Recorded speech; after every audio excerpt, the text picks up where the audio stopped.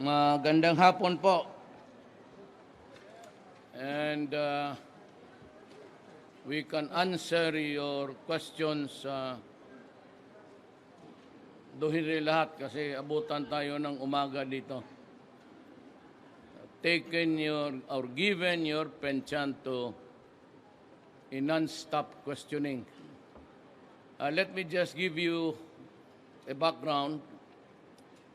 This place was discovered by in cooperation sa lahat, the armed forces, PDEA, police, and the local governments and the governor, all help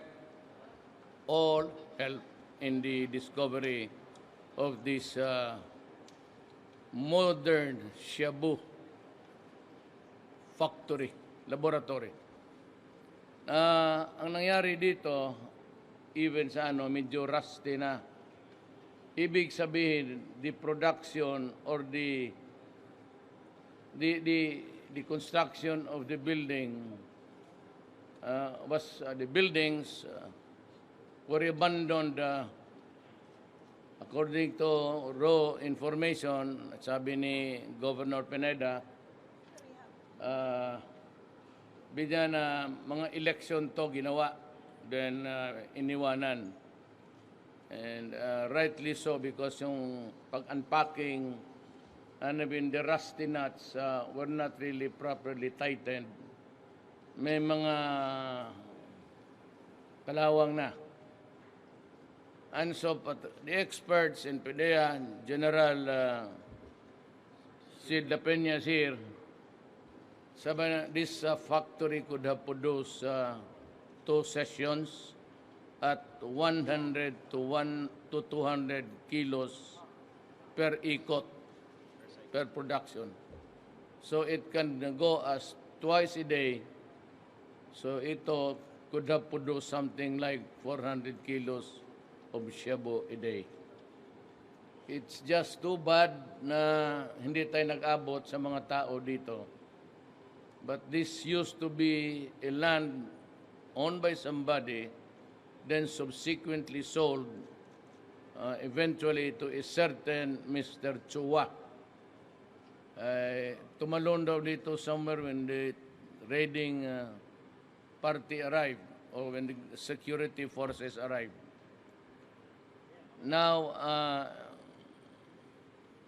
sabi ko na kung wala namang gawin, I am ordering the sequestration of this property. Chua could never get it back again, I can assure you. Pag bumalik siya dito, sabi ko, siya na lang ang lutuin dyan sa loob. If you pour muriatic acid, you will never know where he is. I am ordering the confiscation of the property, and in the meantime, I do not know what would be how PDEA would dispose of the machines. Either they can use it for industrial purposes, so magamit ng tao, if there is a purpose for it at all, sa gobyerno, or if not, then to destroy them and just place them in the junkyard. Pugpugin na lang, but the property will be used by the government of Pampanga, Riot Municipality, and PDEA. I suggest that this building, if you put a half dito uli, but you have to strengthen the foundation. Dagdalang mo lang simento, you can have two floors here for rehabilitation. Tsaka, di kailangan ng aircon, bukid malamig. So for the first batch na nahuli sa police, yung gustong baka sa media, sinong gusto magparehab na, lumantad na lang kayo. Tago pa kayo, terrorist. Sino? Kasi dito ko kayo i-assign. Maganda dito, malamig. But I don't want a mixed crowd. Siguro, mga babae, ibang entrance, iba ang exit. Ang demand dito, iba ang entrance, iba ang exit. I will find the money. I will find the money. Sigurado yan. Can I have about 25 to 50 million? It's gonna be a beautiful rehab center for our country. Pasalamat na lang ako at hindi nagamit. It was about to, but if you look at the whole thing, it's not complete. There are no connectivities between where it will blown to and now it will be mixed. I said I would like to congratulate the Armed Forces of the Philippines, Philippine National Police, Barangay Captain, sir, kalimutan ko nga naman. Rodrigo, I've met him several times. Ito yung kinatakutan dito. And kasi kung sabi niya, Mayor, yung nawawala dito, akong pinagbibintangan. Sabi ko, sino pa pala? Di ikaw. Alangan. Wala bang ibang tigas na gagawa ng tigas. Alam mo, if you see there are there's a piggery that's elevated there. Because one of the, yung amoy kasi ng, I don't know if it's still there, ang amoy ng Shabu is parang yung wire na nasusunog. It's odious to the sakit, sa smell mo. Dito sa bakery, natatapunan ng... So, ngayon, lahat ng pigiri will be... titingnan lang namin. But I hope this kind of thing will never happen again. Alam mo, sa totoo lang, nandyan man kayo mga human rights pati press. Pag nahuli kita dito nga, akong naabutan mo, goodbye. Wala na tayong maraming usapan. I will not relent on this because this spares the very existence of my country. Even if the United States will do everything to make me kneel down, I will not. Di ako papayag. Alam nila ang problema. Alam nila sisirain ang bayan ko. Alam nila na if this thing will just go unchecked, unimpeded, unbridled, it will destroy the next generation. With 4 million coming up, biro mo kung wala dito na-discovery or somebody has got the position of the president. 6 years after, we would have a failed state. Narco-politics is already here. Most of yung nasa listahan sa akin are really barangay captains, mayors, and may mga governor and congressman. I will be reading them publicly again, maybe till I come back from Vietnam, because it is important that the public knows kung sino yung mga opisyal nila na corrupt, pati kriminal. Hindi ko matago yan. Kasi as early as possible, parang storm signal yan, the president must take steps. Ngayon, if I commit a wrong, I am ready to apologize and say, I am sorry. Ang nangyari dito, isa, Governor Espino, and I don't know about season. But yung the last matrix, nandoon si Dilima pati si Baraan, undersecretary, sabit yung dalawa. Pati nakita mo na isang kanto si Dayan. Ang problema dito kay Baraan, yung kapatid, pati kay Governor Espino, ilang report na pabalik-balik, I had it validated 4 times. Nung tinignan ko na lahat kagabi, dala ni PIDEA, tapos yung ibang intelligence, pati may putol. There's a gap there that cannot be explained while his name is there. So I think that kung meron man, it's either intriga, chismis, or it was purposely done without really checking the validity of the... Meron siya dito earlier, politika, tapos itong si Baraan, and even I think Governor Espino, na-involve sila sa black mining operation. He is facing charges before the Sandigan. Yung si Baraan, yung kapatid ni Undersecretary, medyo na-convicted na administratively. He was dismissed.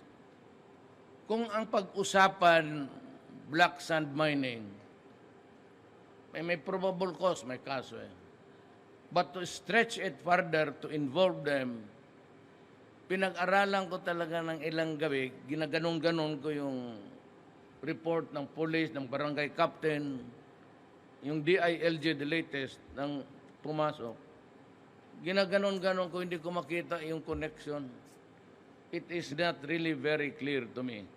So I would say, yung black sand mining, I will not apologize. Nakademanda kayo eh. Kasi matong pa, convicted na yung Baraan ng kapatid Undersecretary.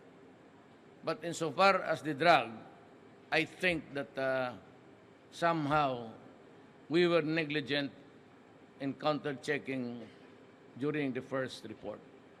So to kay Espino, and even to Sison, at kay Baraan, yung kapatid, wag yung Undersecretary, sabi talaga yun. So I believe it. I would like to apologize to you publicly.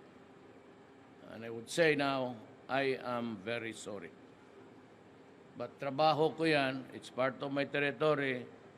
I cannot be perfect. Sometimes, you are correct when you say that life is never fair. Pero yung iba, yung last na ito, pang-apat, kay may kilala ako dyan, so sabi ko, damaniwala. And by the way, yung sa Davao na involved doon, tao ko, and I've never thought that he would really go down. Yung barangay captain ng District of Talomo, the biggest district doon sa Davao, barangay captain, kasali niya yung bahay ko sa jurisdiction niya. He was involved. I never knew it. But he died last week. So also was the secretary of the executive judge sa Davao, namatay doon sa Nabunturan. Ang racket niya, siya yung pindot ng mga, kasi mag-apply ng warrant sa executive judge.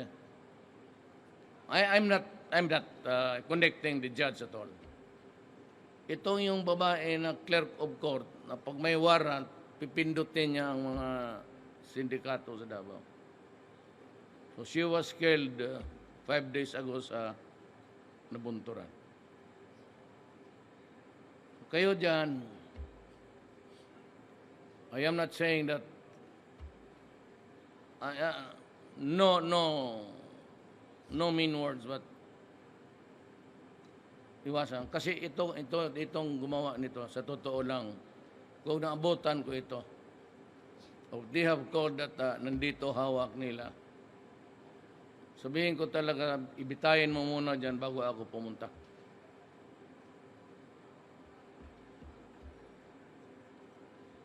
I will not apologize. I will give no excuse. I have a problem to do. Kita mo, high-tech. Look at the factory. Hindi lang yung lata-lata. It has gone high-tech. And that is why yung mga kolumnista, yung mga bobo. Kaya mga komentarista, do not jump to conclusion. Ito ang sinasabi ko, state of lawlessness. Baski saan na lang ang mga dito, Shabu dito, yung mayor, Shabu, ang barangay captain. It's all over the country. Hindi yung lawlessness na nagbabarilan dyan sa daan. There are so many kinds of lawlessness. A lot of those idiots there are taking us for granted. Kasi nawala na sa kanila ang takot ng batas. Ang alam lang nila ngayon, ang takot ng bukan ng baril. O yan ang gusto ninyo, subit. Hindi na nagrespeto, kita mo to. Kita mo, the goal. How would you call that? It's anarchy. State of lawlessness. Ang tinatamaan lang nga, hindi sabihin, they create so many monsters, insane people. Tapos nagpabarila, nagpapatayan, pati ang armed forces na ngayon, pati ang police ang may kasalanan. You must remember that the organized crime, take a look at, bumalik ka muna before I became president. Tignan ninyo yung figure. Yung United Nations, yung mga international correspondents dito. Tignan muna ninyo pabalik, backwards. Tignan nyo kung ilang ang patay araw-araw. That has never changed. Pero ako, dagdagan ko yan. Di ako atras dyan. Walang atrasan yan. Because kung hindi ako gagalaw, kawawa ang Pilipino. Kita mo, hindi ka na awa sa 400 kilos a day. Saan niya i-distribute? The whole of Manila. Binababoy nila tayo. Totoo lang. So don't allow me to treat you like a human being, human rights. Binababoy mo ang bayan ko, bababoyin kita, I'll treat you as a pig.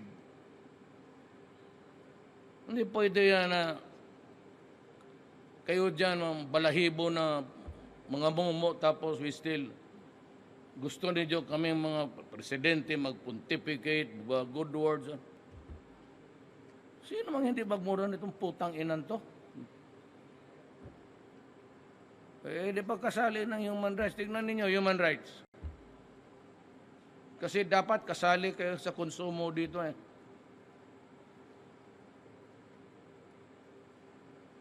Konsumo ito para magago ang Pilipino. Hoy, human rights. Naintindihan ninyo? 400 kilos kung natuloy ito. And you want me to be what? Proper statesman? Hindi ako nag-aral pagka-statesman. Wala akong... Ang alam ko, tumakbo ako ng pagka-presidente at magmura ako pag nagagalit ako. Lalo na kung ang tao na if it's the public interest that is involved. Sabi nila, ayaw na, go out. I said, ang peso daw, it's a manipulation. Yung mga Philippine deposits, tanggalin ninyo lahat. But do not impose on us on anything. We are no longer a colony of the United States. I cannot be controlled in how I run this drug. Kayo nga sa Charlotte ngayon. The other day, may binaril na naman na bata. Pinagtulungan, patay. Ano ba klaseng double standard ninyo? Yung mga itim sa Amerika, pinagbabaril ninyo. Tapos kayo ang ito, anong tawag sa kasaba? What's the Tagalog for kasaba? you're being scolded. Browbeat ba? What was the Tagalog of that? Pinangaralan ka? Better change your dialect to Bisaya. Ng Tagalog, hirap hanapin. The next time I'll talk to you in Bisayan. And if you cannot understand me, that's your problem, not mine.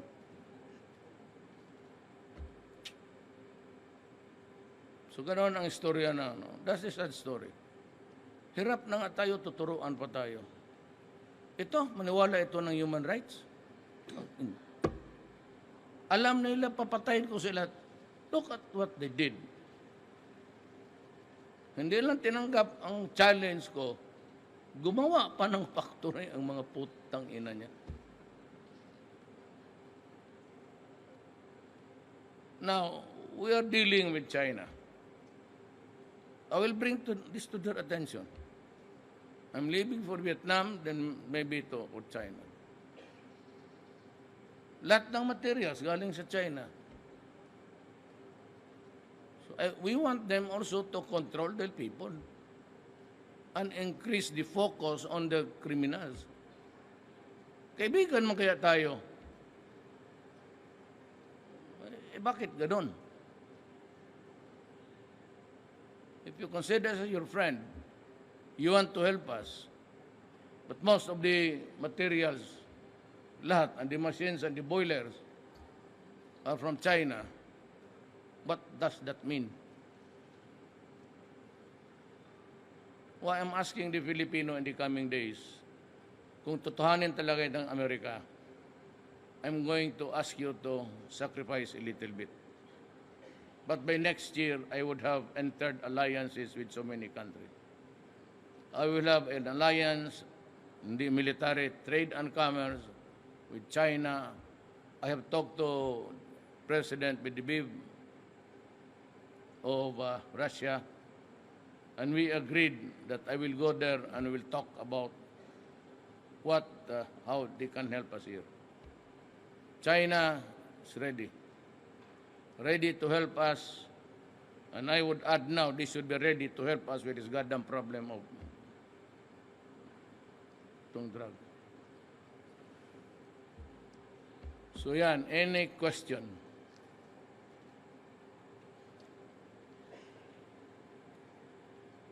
Ikaw yung representative ni Chua, yung may-ari. Hindi, sir.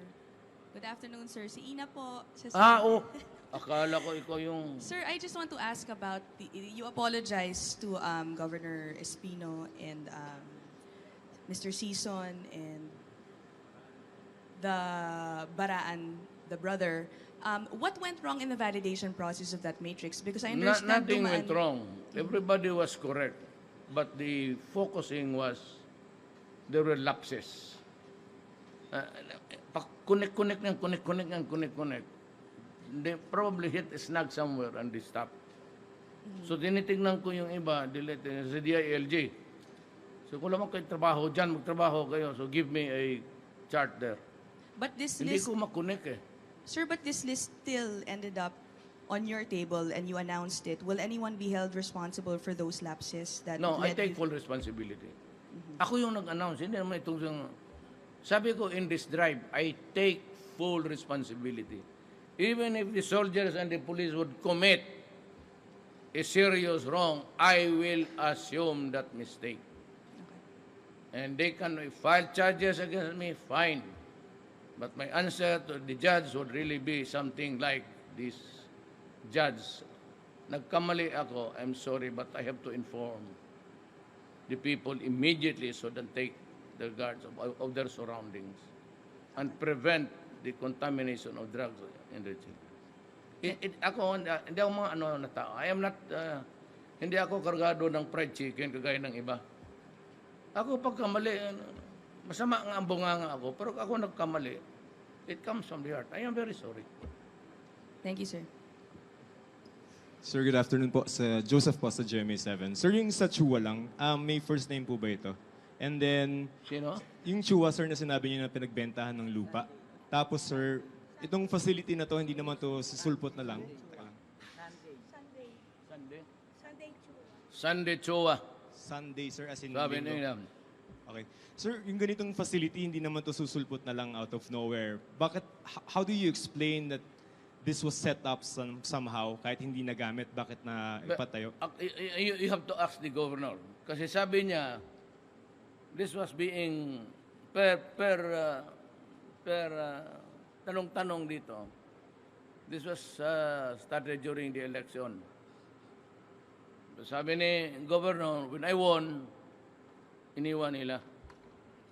Nung nanalo ako pagka-presidente, tapos nakumpisa na ang tumbahan, araw-araw may nagtutumba na kasi may pinapatay rin ang mga media, sumali rin kayo eh. So sa 5 siguro, baka 2 inyo. There are crusading media people. You might be surprised really to know. Sir, pasundot lang yung narco-celebrities, sir, natin. Kaya, yung mga celebrities na involved sa drugs, sir, 50 or ilan ba yun, sir? Alam mo, sa totoo lang, I never follow that item. Yung magbaso ako, yung mga kolumnista, hindi ko na binabasa kasi wala namang mabuti sa kanila. Sila lang ang bright boy, ikaw, bad, bugo ka, sila bright lahat. So, I read the factual reporting. Then after that, yung mga nagdadradag sila. Hindi, sir, yung pong mga celebrities na involved sa drugs din. I think that was floated several days ago that there's also a list involving celebrities sa mga drugs. Yan ang problema nga ganito. I've been telling, what if this is the drug, and I am the superstar Rodrigo Duterte, you must catch me drinking the Shabu. Pag inegalo dyan, kakapasok lang ninyo, tapos pupunta ako dyan, gaganon-ganon ako ng bye-bye. So, naginom ko na, may Shabu dyan. Nagagamit ka, Pero ngayong araw na ito, wala. Kapon. It's an instant crime just like a gun. Pag nahuli ka ng mga baril, possession of a gun. Trafficking of a gun. How can you traffic a gun without holding it and passing it to the buyer? Trafficking of drugs, it must be in your possession, then by bus, ibigay mo sa kanya at ibigay yung pera. Kung magtawagan lang sila, saan yung Shabu? Hanapin mo lang dyan, hinulog namin sa top.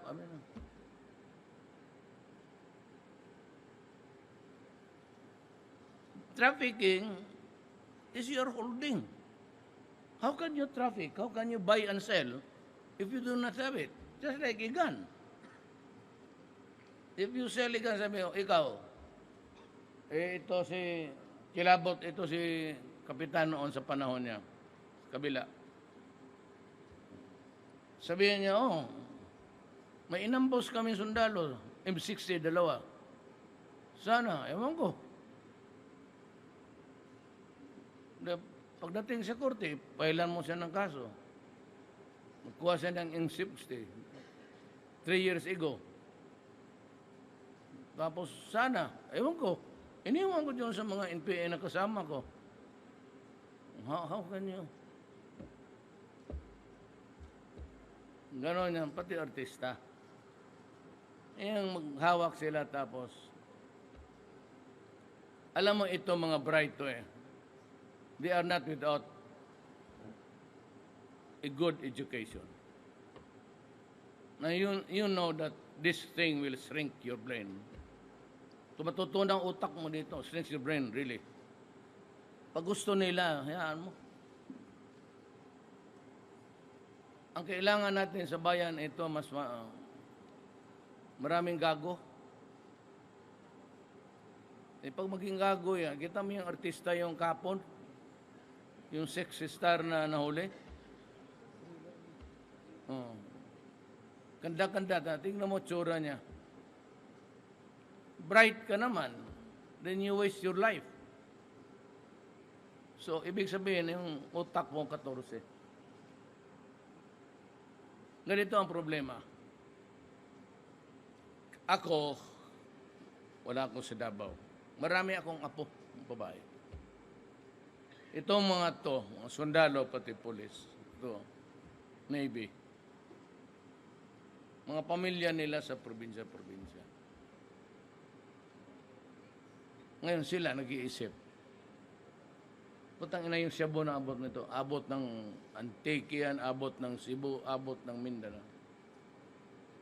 Ano ang tingin ninyo sa amin ang pag-isip ngayon? What do you think is going on in our minds? Let alone yung trabaho namin, away ng NPA dyan, patayan. May anak ito nag-aaral. So ako, mayroon ako doong mga apo.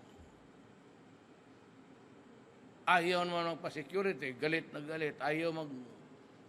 They don't want security people there. Yung babaeng anak ko, si Mayor, lalo na inaaway niya. She doesn't want security. I have my daughters. Gano'n. Ano ang isip namin? Kung ay mangyari sa anak namin, bantay ka. Kasi wala ng batas dyan. Do not lecture on me about rule of law. Ako, na-disgrasya ang anak ko, na-rape, pinatay. Huwag kang mag-lecture sa akin ng masampal kita.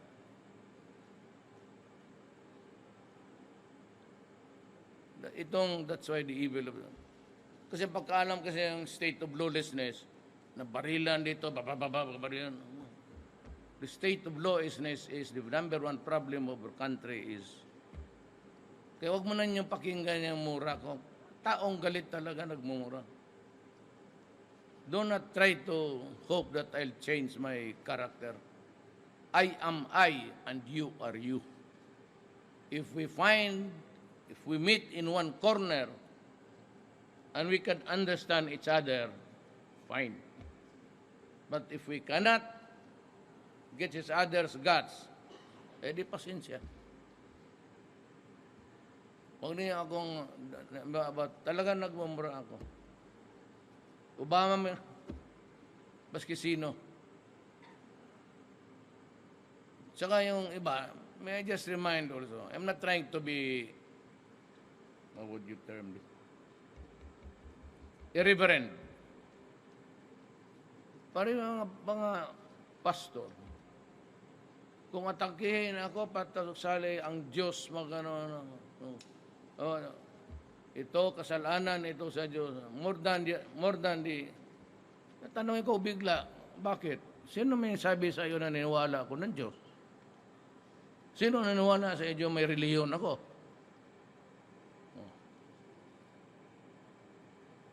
Kaya mahirap dyan eh. Gamit ng Diyos kasi ako, gano'n ang panda sa impyerno. What if I say to you now that I am it is an agnostic.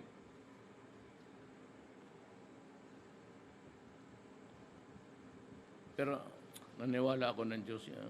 Style lang yan. Pangsagot lang yan. Yung pamoral-moral ka dyan. You must remember that in a crowd, not all the people there in the crowd have a religion. There are people there who they are agnostics. The atheists. And there are a lot of them. Wala na? Mr. President, magandang hapon, si Henry Uri po sa DCRH. Sir, with all due respect sa mga local government officials present today, ano po ang kanilang naging pagkukulang at ano ang kanilang magiging pananagutan dito sa pagsulpot nitong ganito kalaking Shabu Laboratory? You know, Governor Pineda, kikita mo kami kanina, papalaka doon, she was beside me. And she was profuse of the apologies. Sabi ko, ma'am, ako sa Davao Mayor, tinamaan rin ako ng laboratory. Ang doon lang talagang lahat pinatay ko at nilagay ko dyan sa highway. Pero hindi mo magwardyahan yung teritoryo. Kalaki, I cannot place a policeman every 300 square meters in this. Kulang ako, kaya ako tinawag yung, that's why I raised the level to a national security threat so that I could call the military to help in supporting CAS. But they are exercising now police powers. When I commission the armed forces, you come here, that is actually an order with the corresponding. You are now an agent of a person in authority in the matter of law enforcement. Parang police na sila ngayon. And that is why, ang sabi ko, bilihan ko sila lahat ng sidearms. It would cost me maybe $1 billion. But each and every soldier would have a sidearm because I want them to reinvent themselves. Usually, sa bukid lang sila mang-fight. But now they have to detect crime and detection, profiling. Alam mo yung nagsadabaw, may helmet siya, hindi niya tinanggal. Tinaas niya yung visor, but he had a face mask. Yung magdadrive ka, ginagamit ko rin yan para sa alikabok. Then may helmet siya. Nagpamasahe siya, tinanggal lang niya, tinaas niya yung but our police, because our military and police are really bright, totoo lang, we know him. And I said, we will catch up with him. Salamat po. Magandang hapon po. Ako Yes, po ma'am. si Tonet Oreja sa Inquirer. Matanong ko lang po kung may impormasyon kayo na involve. Ito pong structure na to ay connected sa Bilibid network through one Kapampangan who is detained at the NBP. That this structure is connected sa... Bilibid network. You're correct. I am, sir. You are correct. How, sir? Ang operators, the drug lords are there inside. And somehow, nakakuha pa rin ng mga cellphone. Kung wala dyan sa Bilibid, yung nasa detention na nahuli na pending ang trial nila, just like inyong sa Parañaque, na sumabog silang lahat, namatay silang lahat, ang nabuhay yung nagtrapon.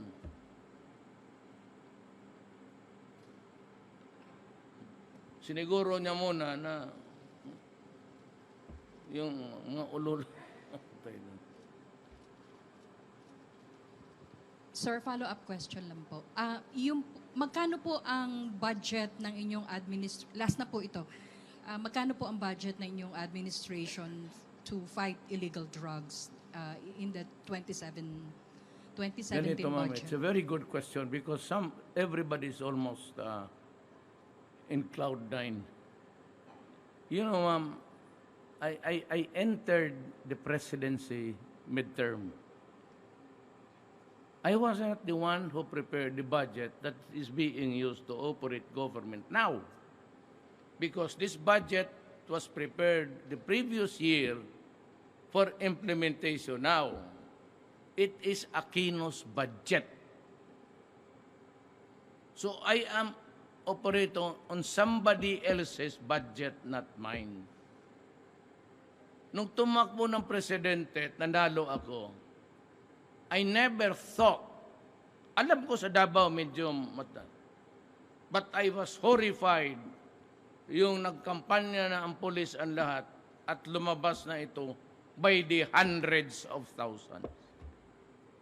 If you think that we have sufficient money, we will not put it in our pockets. We will spend it.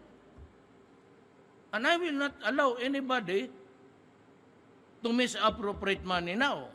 Especially, hindi namin alam ganong karami, by hundreds, by the thousands. Hindi alam ni Aquino, hindi alam ni Arroyo. Nung na-presidente ako, inipit ko lahat. Ayun, lumabas. Ngayon, sabi ko, bakit hindi kayo mag-rehab? Bakit kayo ganon, patay, dapat ganon? Easily done. Problem is, I said, lahat ng naiwan ngayon, wala ng capital outlay. Yung maggawa ako ng mga ganito. What are the MOA? Sweldo na lang, pati mga allowances. Until the end of the year. That's why, hirap pa rin ako sa... Meron ako kunting... I cannot buy the guns now because there is no... Tapos na ang budget. It's January to December. Next year, may bagong budget ako. This time, it will include the expenditures of the problems connected with drugs. Am I clear on that?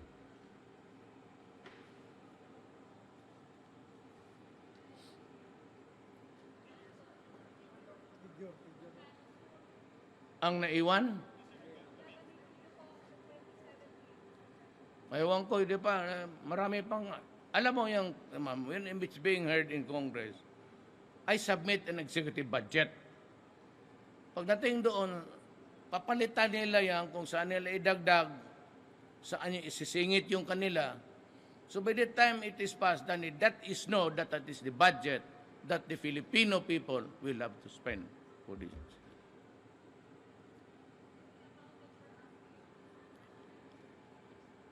For what dito? I really do not know kung magkano lahat. Hanggang ngayon, si DSSD, pati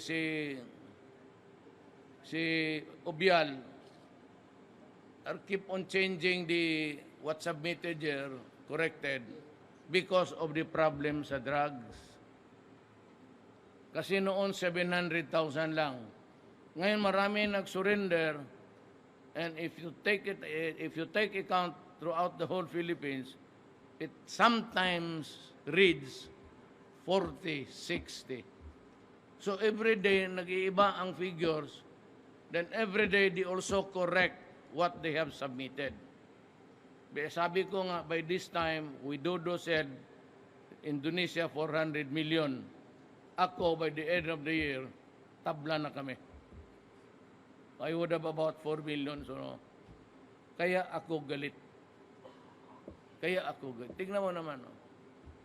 Noon, yung Shabu, kusina lang.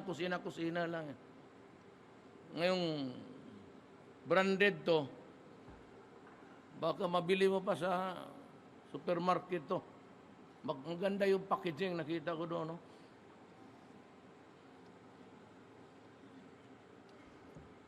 But apparently, they were open. Makita mo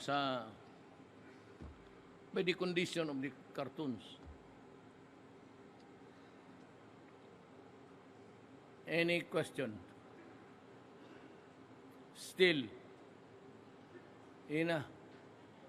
Please, magtanong ka, please. Oh. Please, kayo. Please, magtanong kayo, please. Nigara pong buang. Ay, mag-uwi pa daw ako, baka magsira yung the clouds. Kaligayan ito mga putang inang drug lord ito. Mahulog ako? Magpalitson pa yan ng ilipante, hindi baka. Yes, ma'am. Inquirer again. Sir, ipapasara niyo po ba yung NIA gate kung saan may access dito sa Shabu Lab? Government, PDEA will decide. I will not interfere. There are rules in the PDEA law. There are rules to be followed. Ano ang gawin, yung ganito. If they agree on the proposal of Governor Pineda, to which I fully agree, okay yan. O ano? Okay man, mag-overland lang tayo. Sama tayo sakyan para may karaoke yung anong... Sir, patawad May karaoke yung... No, but do not apologize. Sir, I'm medyo- giving you even the privilege of singing inside. Sir, kakagating ko yan. Sige. Sir, Oh. pasundot lang, medyo other topics. Sir, yung kay Senator De Lima ulit. Yung kay Sebastian, can we elaborate on what we know so far? More. What you have read is it's all about, but kumpleto na yan. But we have the evidence. Alam na namin lahat. Yung pagsabi ko, De Lima, you better hang yourself. Now, the reason why I do not read any more articles of De Lima, because ever since napanood ko yung classic niya na yung X-rated na De Lima versus the driver, hanggang nawala na ako. At totoo lang, nawala na ako ganang kumain. I've lost my appetite. Parang may nakita akong baboy nag-untol-untol doon sa... Sir, thank you very much, sir. Go to the right side, sir. Right side, sir. siya nag-una eh.